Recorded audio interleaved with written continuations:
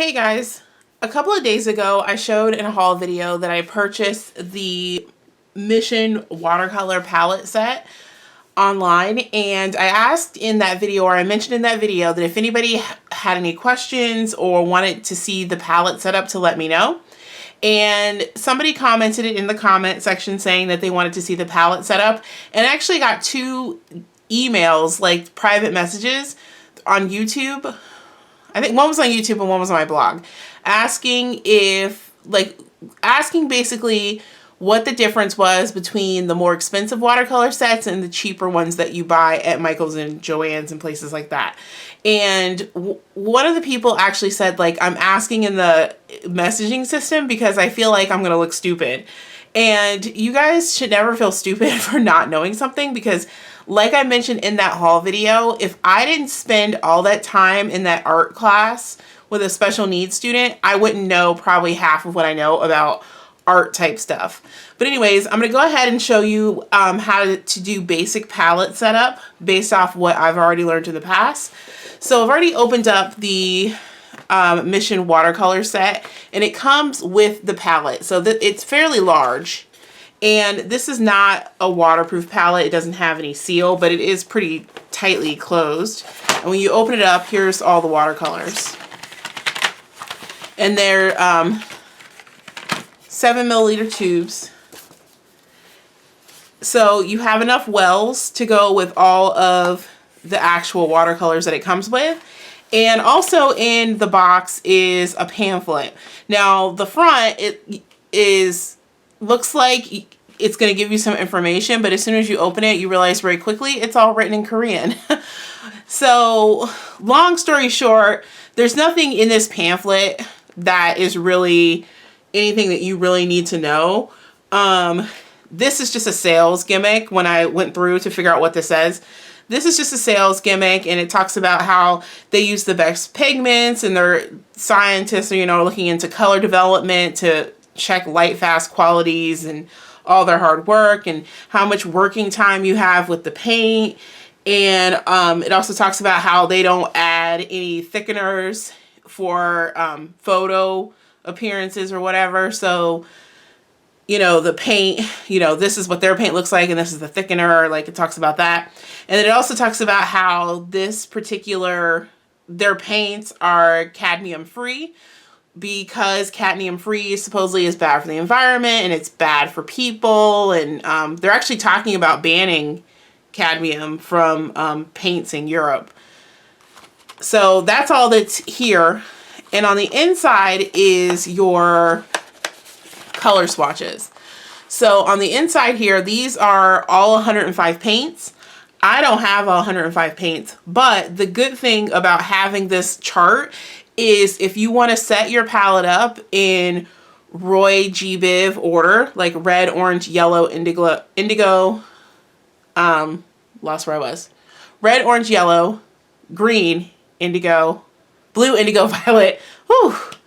If you want to set it up in Roy G. Biv order, you can just cheat and use this chart for, putting your paints in order by color family. So these headings weren't anything noteworthy.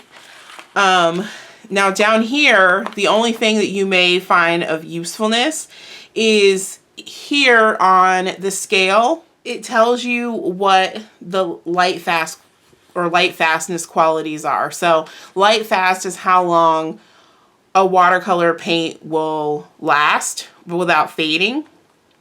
And most of the paints in here, as you go through each color, are 4 or 5 stars. So they have either a good light fast or extremely good light fast. The only colors that don't have it that stood out to me were some of these really, really bright colors. So this bright opera is only 2 stars. Bright violet is only 2 stars. Also this bright rose, another one that's also just 2 stars.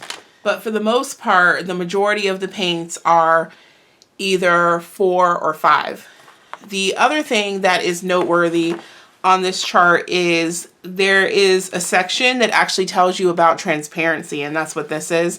It tells you either the paint is translucent, transparent, translucent, semi-opaque, or opaque, and it uses the symbols that you also see next to the paint colors. So this particular paint chart is useful for getting that information, but you could figure all this information out on your own just by swatching the different paint colors. So that's all that's in this color pamphlet.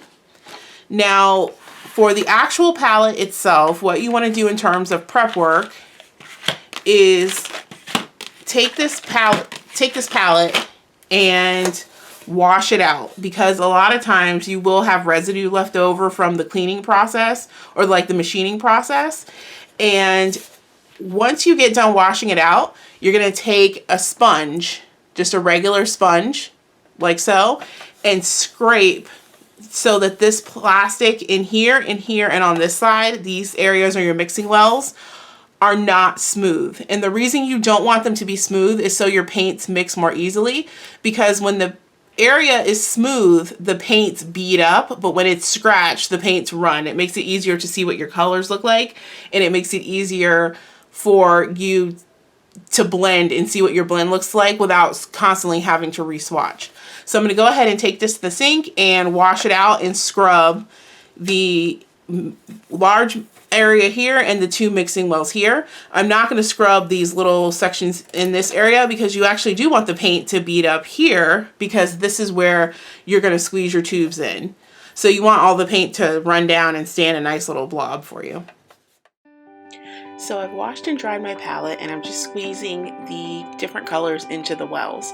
I made a list of the order that I wanted the paints to go in, just for reference later when I have to refill the wells, and I'm following along with that list. It's not a particular color order. I didn't go from darkest to lightest or anything like that. It's just grouped for my particular palette by families. So pinks are with pinks, reds are with reds, oranges are with oranges, so on and so forth. Now, to answer that question that I mentioned earlier, in terms of what's the difference between tube paints like this and the cheaper paints that you can buy at Michael's or Joann's, the little cakes, basically liquid paints tend to have better quality dyes and pigments in them. So really it's your preference on what you want to use, but that is why tube paints or artist grade paints tend to be more expensive. Once I finished squeezing all the tubes into the different wells, I left the palette open so that each of the paints would dry, and they could be reactivated with just a little bit of water. But I did want to show you a quick swatch of one of the colors in the palette. So this pink that you see at the top in the well is actually the same color pink that almost looks red on the top left-hand corner. So that just shows you how vibrant these colors are. But anyways, that's it for me, guys. If you have any questions, you can let me know down in the comment section. Thanks for watching.